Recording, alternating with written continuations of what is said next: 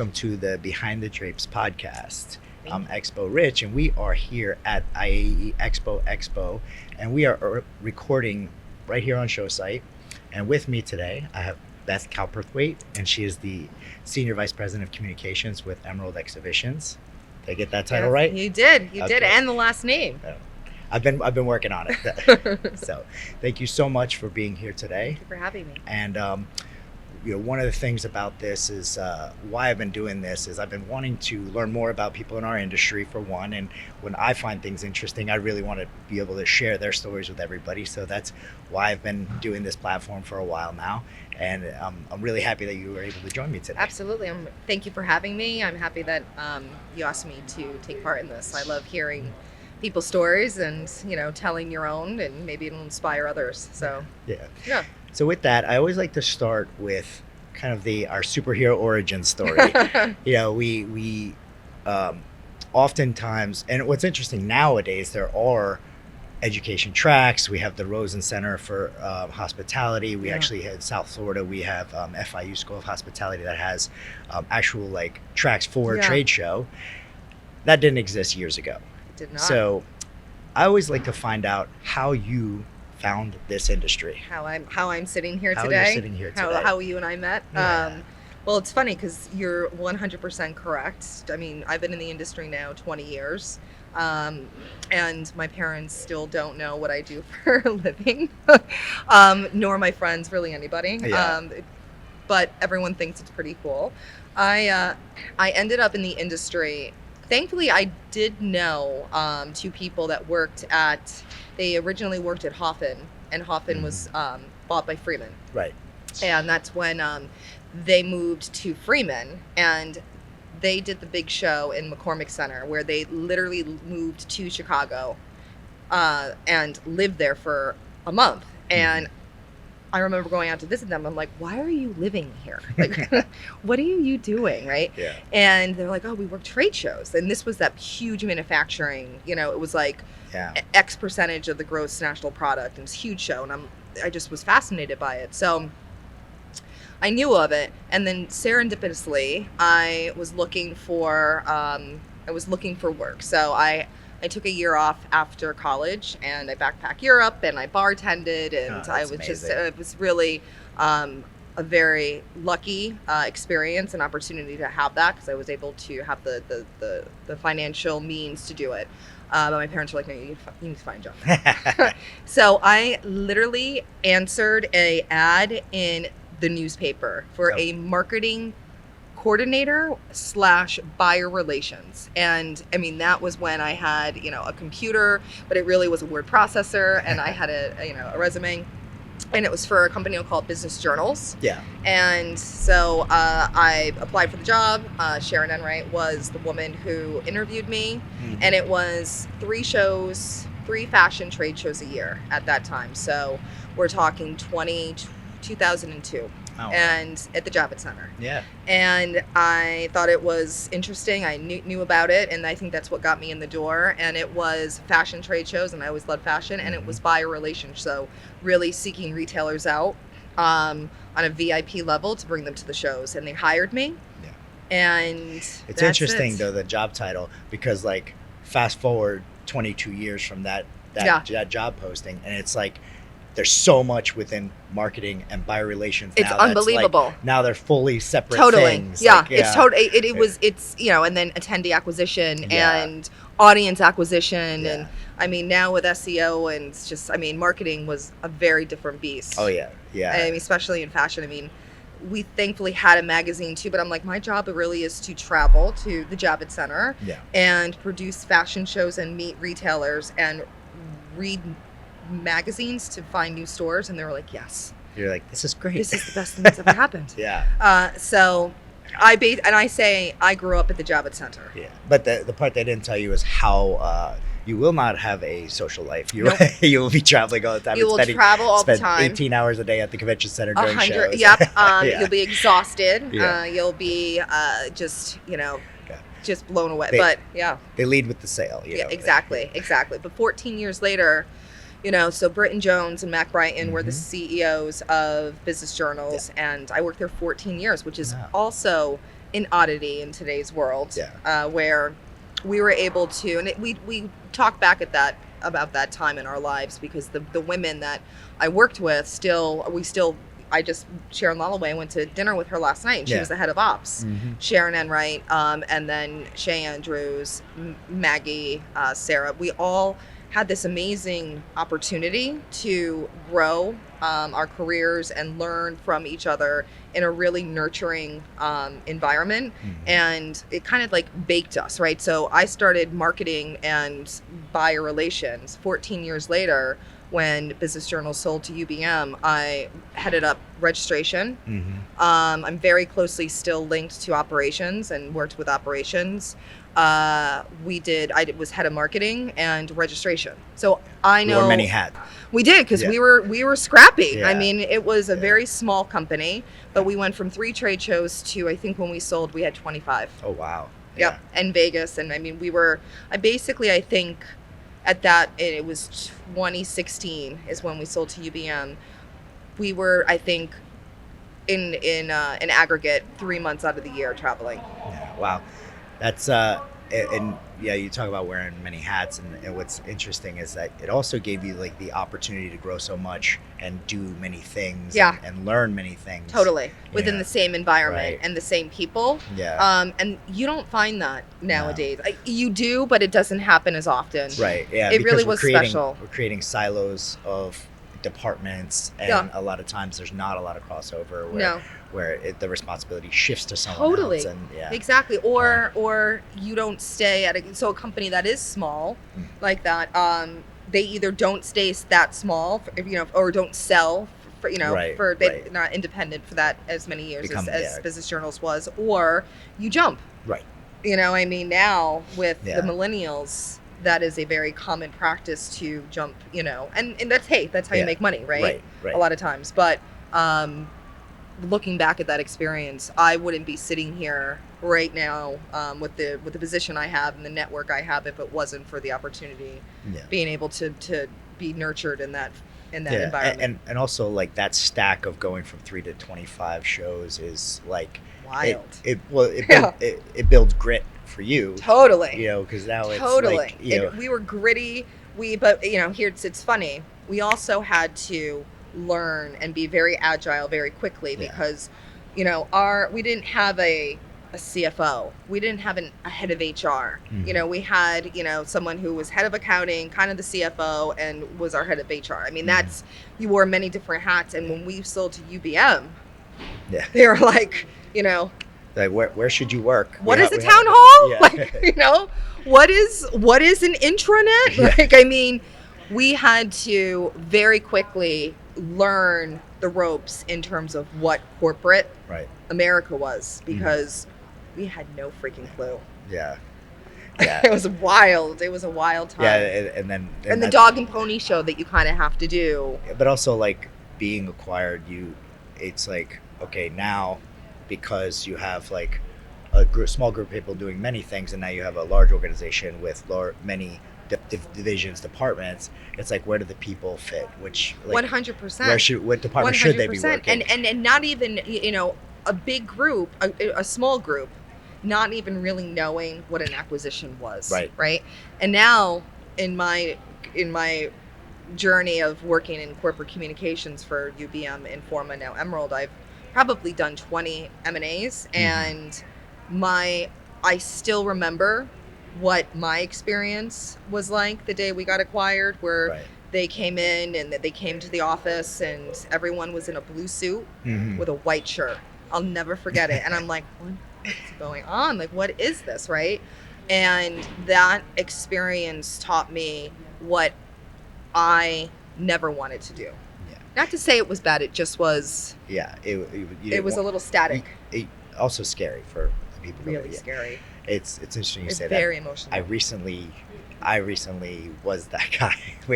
We did an acquisition in June, and were you wearing that blue shirt? I was not this blue shirt. I was. I think I was just wearing maybe a white shirt. No, I think I was just wearing our collared shirt. We're a little more relaxed, and I was trying to keep it that way. I didn't 100%. And but it was similarly to that, where the owner, we decided on a certain day we're going to bring everybody in and explain to them what was going on, but there's buying a company during a year when you're scaling already is like changing a tire at 70 miles an hour.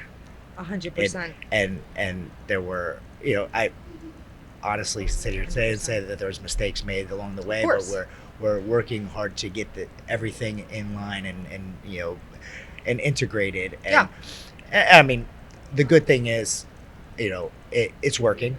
And, of course, and it will, but no integration, no matter how big or small and how scaled or not scaled, there's always going to be some eggs cracked. There's always going to be some challenges because change is hard for individuals and change is hard for people who are going through, even for the owners. So they're trying to fit into a mold. You're trying to make them fit into the mold. And there's just those learning curves. I mean, I've seen really smooth integrations and really like culture coming together and synchronizing, and I've seen really bad integrations where the culture didn't fit and there was some clashes, and and that's okay too. You just have to admit that it probably won't fit. And you just work around it. Well, happy to report we just did our holiday team building event. I saw that on LinkedIn, right? And we brought the Orlando team down, to be part of that as well. And fantastic. And how many people? How many employees from this new acquisition are coming into 25. Your family? 25. So, nice. That's a good. That's a good amount. Yeah. So it was Orlando and Vegas. So they. Both offices came. That was good. That's fantastic. Yeah, it was a great time. So you brought everyone in together. Yeah. I think that is, I know we're kind of maybe jumping around, but one of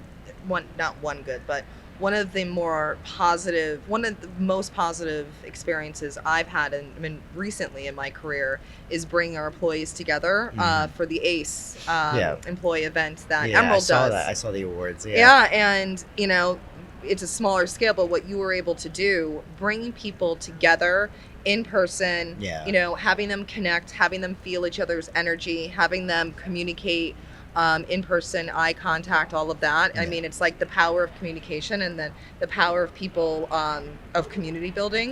And you don't get that unless it's different when you're virtual. I know. And it's like, if anyone can really, prove that the power in face-to-face is us, right? That's our business. That's what business. So it's like it is. We can't just talk about it here and not do it at home. So, exactly. That's why we thought it was definitely important to do this every year. I think get it's everybody great together. So absolutely. I mean, So you worked for some mega companies throughout your career as well. So you've had access to a lot of great leaders. You've worked under probably a lot of people that have done many amazing things. I always like to know who along your path and your career has been some of your mentors that have really helped you along the way. So it's a great question. I mean, obviously, early in my career, meeting Sharon Enright and Sharon Lalaway, who were, definitely mentors earlier in my career. Obviously, Britton Jones, the CEO, was able to provide me 14 years in that environment. But moving into, UBM and then, Informa and then Emerald, I transitioned from working on the commercial side and working for fashion trade shows, and I got an amazing opportunity from this woman, Meredith Corley, who was the head of corporate communications at UBM. And her and I connected very deeply, and I remember she was the only female that was at the acquisition of business journals, and her and I connected. And I've always been a good business writer. I call myself the Underground Railroad of the industry and kind of the ghost writer, because I speak on behalf of leaders. And as corporate communications, you come in and you amplify the company from a external lens. So you celebrate it, you protect it, you help it get through crisis, you help it get through M&A, whatever stage or complexity a company is going through and their leadership externally, you come in and you amplify or protect. You do the same thing. So I do internal comms too. So I write on behalf of the leaders. I write happy holidays. I write change management. I write really, really difficult and really, really positive. And moving into UBM and moving into this position where Meredith was like, I want you to, I'm moving on, you go for this. And it was one of the biggest leaps of my career because, you know, you always say, you fake it until you make it. And I'm like, yeah, well, I don't know this. And they're like, yeah, you do. You say you know how to write and you can do this. You just do it. You didn't realize it was a thing that. I'm like, what do you? This is a job. Yeah, because it's kind of PR, right? But then it's like the nurturing. You went to school for. No, not at all. I mean, corporate communications is huge now, just like trade shows. They have, you can go and get certified. You can go and take, advanced learning and college, college courses. It's a major where it was not 20 plus years ago. Yeah. It has to be now because social media has amplified to the point where. There have been major comms situations that, like the Mandalay Bay shooting, we had a show 2 weeks later. We had obviously disasters in weather, in tornadoes, in hurricanes, in economics, war. But we've also had a lot of blunders in social media. Right. Where a company can, legally and just socially and morally go off its compass because of things that employees, post. And I've come in to help, damage control. But I've learned all that through great leaders, and I've learned that. So I've had a lot of great male leaders and mentors. So Mike Alec, who's the managing director of fashion at UBM, he was the first person to tell me that not to be fearful of talking about money. And working for a small company, we didn't have that freedom where you negotiate, you use your voice to talk about your salary. And I remember moving over to UBM and moving into a new position, and he said, you come here because you're making a living, you're supporting your family, and we pay you because of what the services you provide and the skill set that you have and the talent you have. So you never, ever, ever be afraid to use your voice and talk about what you feel you deserve on a monetary level. And it's stuck with me. And I've said that to him. Yeah. I've had a great leader. So I worked under Charlie McCurdy, who is the CEO, obviously, of Informa Markets for a number of years. And it was the first time working for a company really strongly that was over in the UK, and I learned certain things from him. Now, obviously, working at Emerald, I've had amazing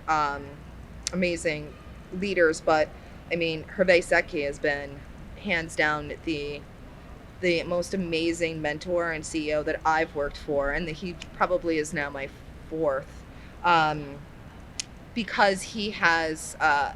He came in during a time where there was a lot of turmoil at Emerald. I mean, we had the CEO tragically pass away, who was tragically sick. We had Brian Field, who I worked for many years and was an amazing leader as interim CEO. So we had Hervé come over from Reed, and we instantly connected, and having a new CEO take charge after COVID. Yeah. We're kind of middle of COVID. Pulling out of it, and then all new, a whole new leadership team coming in. It was a journey for both of us, because I remember when I came to Emerald, and he came to Emerald, we weren't part of a division that fed into, like, RX feeds into Relics. Right. Informa Markets flows into Informa. Right. Emerald is Emerald. So you want to send out a happy holiday, you send it out because you're the CEO. There's no one above you that's telling you this is how we're handling comms throughout the 4 divisions or 5 divisions. Right. And that was a realization for myself, and it was a realization for Hervé, and we learned and went on that journey together. And he's also been amazing in promoting me and amplifying me to be part of other things outside of work. So, helping him and going along the journey of advocacy. Yeah. And being part with Tommy Goodwin and being part of the exhibitions. BCA, he's amazing. Yeah, definitely. And I have such a passion for advocacy and using our voice to promote the economic impact and the value that events bring across the United States and globally has been amazing. UFI, coming in and helping with pan industry comms when needed. And Hervé has brought me on that journey. But I've also had a lot of great female leaders that have been in human resources. And Renna Kinsey, who's our head of people and culture today, is a very close confidant of mine. And she's taught me through communications to have that HR lens, right?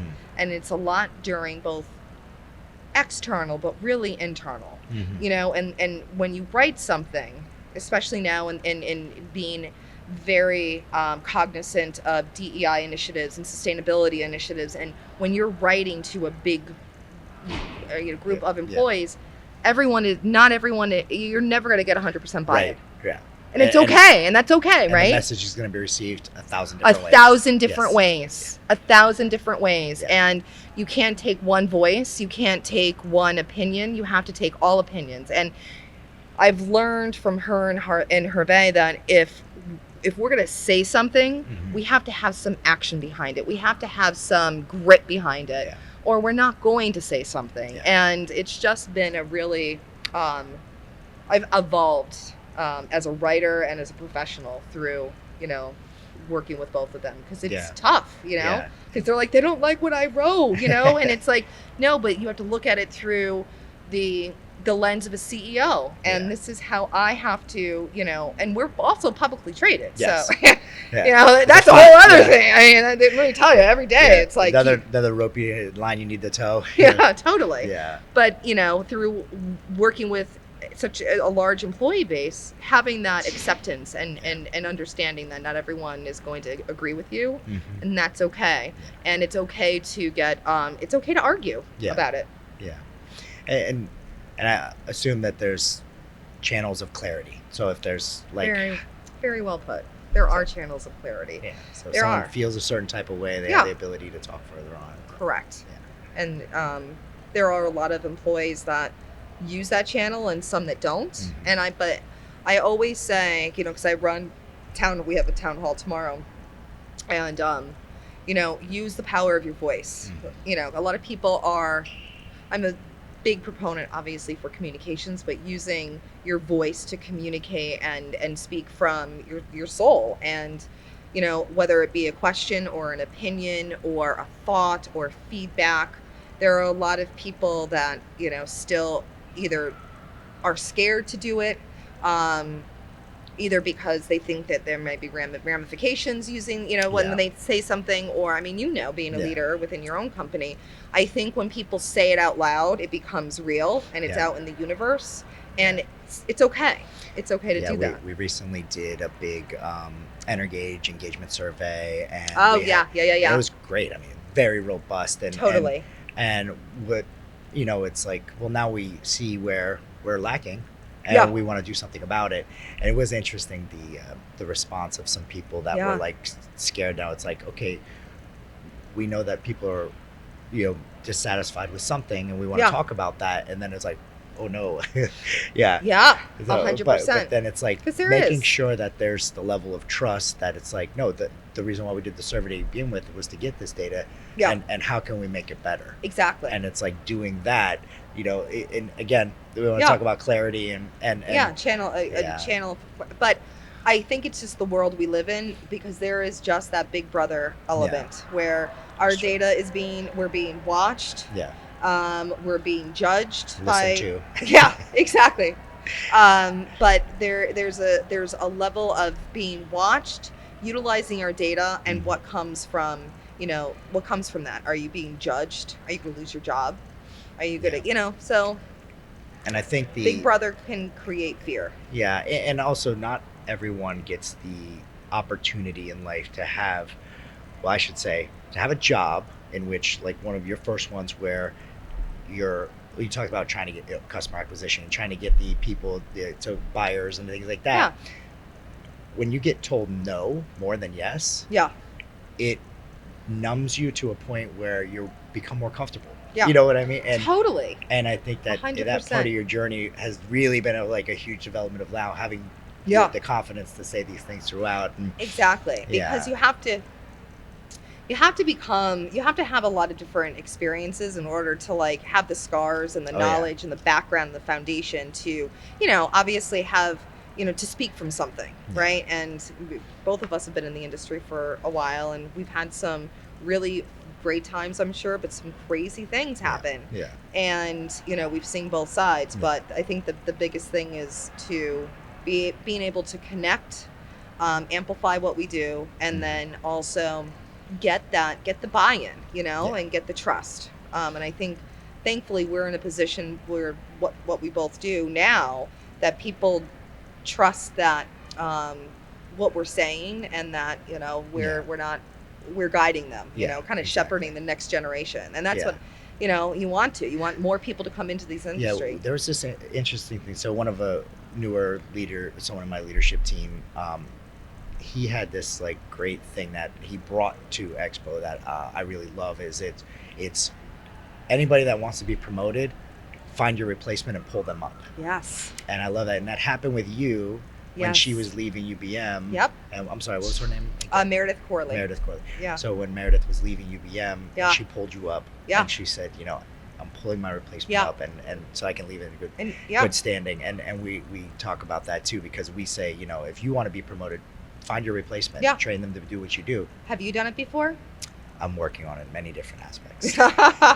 Well, it's funny. So Meredith found me and wanted me to move in, but I was the director of PR for the fashion group, and Mike Alec and he did not want to lose me. Oh. So I had to find my replacement to replace me in order for me to move up. And now Sarah Vaughn she now was put it into the director of PR at UBM, and then we both left, and now I brought her. Now she's working at Emerald. Oh, that's great. She's about to have her second baby. It's funny because we always say that our industry is so small and incestuous. We're gonna cross paths again. So 100%. Just make sure you're true and honest, and you're good to people, because 100%. They could be your boss someday. 100%. And you know what? Or they could work for you one day. And one of the I think the greatest accomplishments that I have in my career is that I still speak to every single person that ever worked for me,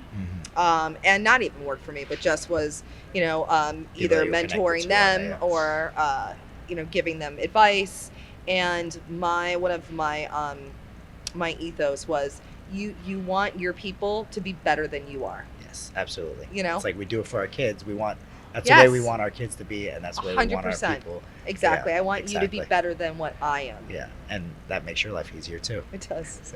So you said you have a big town hall coming up tomorrow. I need to pull that. And it's the end of the year one, I know, right? That's the big one. And it's like no one wants to hear from me, because I mean, we do these once a month. Hervé does them once a month, and I'm like, oh, and they're like a show. Yeah. So we do brand segments. Yeah. And we do recognition, we do videos. I mean, there's this whole team, and everyone's like, oh God, town hall, I know what I'm gonna have to do, because you're speaking in front of a lot of people. Yeah. So tomorrow is our last town hall of the year. We're actually going to the San Juan Capistrano office. Okay. I'm trying to get the team to find bags of bulk holiday, like headbands and Christmas lights, swag, so people can dress up in the offices. Yeah. And I want it to be fun. So, I'm like, how many trips do you think Hervé took this year? Like, Joanne, our head of marketing, like how many meetings? Yeah. And like we're going to do games and things like that. I mean, no one wants to hear from a financial update or, so we're going to do that. What else has you excited to get out of bed? What's the next thing that you're looking forward to for 2025? For 2025, I'm excited to continue on a professional level, continue to grow Emerald. I'm excited to take a turn with Emerald and get it out in the media and externally more. I think that working internal and external comms at the same time, it's it's different, because when you're internal, you write and you do from the bottom up, because you want them to go through the journey. Right. But for external, it's quick. Yeah. So I want to grow Emerald positively from an external viewpoint, and I want to grow our employees. I'm excited to have ACE again in 2025. I'm really looking forward to moving the needle in advocacy, but also not a lot of boards have seats around communications. And I am in a network of other corporate communication executives, and we're trying to change that, because I feel like, boards, I think people now more than ever with the hybrid and COVID and, just the way that people communicate. And I mean, I have a 14-year-old daughter, and I'm like, put your head up, look them in the eye, stop texting.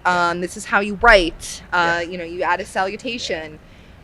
The art of communication, it's not dwindling. It's just evolving, and it's evolving at a very fast pace and different. And I think that people need to embrace all forms of communication. So I want associations and boards and more amplification around the beauty of communication and keeping it moving and evolving.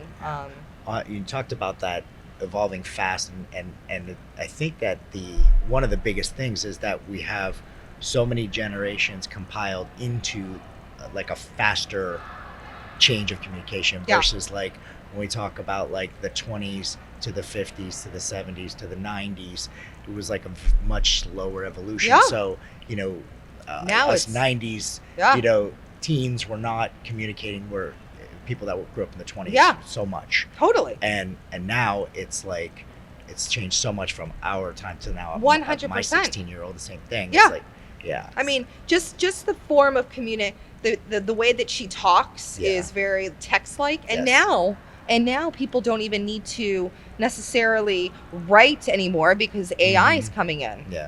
So it's like we're almost becoming platonic body, and it's like, no, you need to know how to write, you need to know how to communicate, you need to be able to flow and visually and present yourself in a way that. Well, the good thing is with you teaching her that, she's going to be a level above. Like, she didn't even know else. small talk. I mean, she went to a new school, and I was like, okay, honey, this is small talk. Like, you go up to a girl at the locker and you say, I really like your shoes, and she's like, okay. Like, I really like your backpack, and compliment then you start, goes a long way. That's it, and it worked. But she did not know how to do that.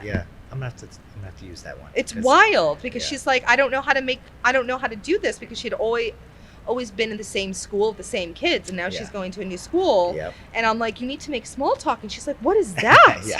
It's like, how mommy always asks people what they have for lunch? I'm like, so what did you have for lunch today? I love that question. It's my favorite question. And I was like, the one thing that most people are comfortable talking about is themselves. And you learn that in PR. It's like PR 101. That's why people love PR people, because you make them feel good. I always say you get bit by the PR bug. There was a gentleman, we laughed now. He moved into fashion and was one of the presidents, and he was like, oh, I don't need PR. And he got a couple good articles. One was in GQ, one was in like Women's Wear Daily, and he started getting recognized, and he got bit by the bug, and you get bit by the bug, right? And we always say, he always wore the scarf afterwards, and it was always a scarf, and we're like, the PR scarf, don't and that's why people love PR people, because you ask questions about you, like, what are you doing tomorrow? What did you have for lunch? What do you like to do? And that's why comms and PR people are very liked, because you make them feel comfortable, because they're talking. You make them talk about things that are comfortable to them, which is what they had for lunch today.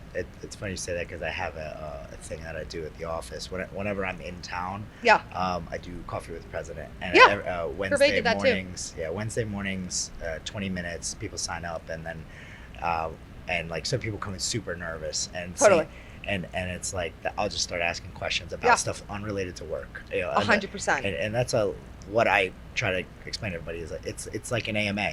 I want you to ask me anything about whatever you want. You want to know more about me. You want to know about the company, the history, the work stuff, your position, how you can grow, anything. Nothing's off the table. So But it's always good to start personally. Yeah, because you don't know where that conversation is going to lead. You have to put them at ease, because a lot of times 100%. People are coming in and they're like, just don't know what to do, no. what to say. Yeah. No, it's funny. We were talking earlier. We went out to dinner with Jerry and Sharon last night. So two people. And where do you live? Oh, I grew up here. Oh, you grew up in Cincinnati? My dad used to Coney hot dogs. Oh my God. Then blah, blah, blah. And it was this whole evolution of an amazing story, right? Yeah. And it was simply the genesis was, where did you grow up? Yeah. And we do kind of have the cheat code though, because the people in this room here, we all do that all day. Yeah, exactly. I'm going to ask like 1,000 questions tonight. Tonight. Yeah, exactly. Yeah. Well, thank you so much. This has been awesome. It was amazing. I loved hearing your story and your journey. Yeah.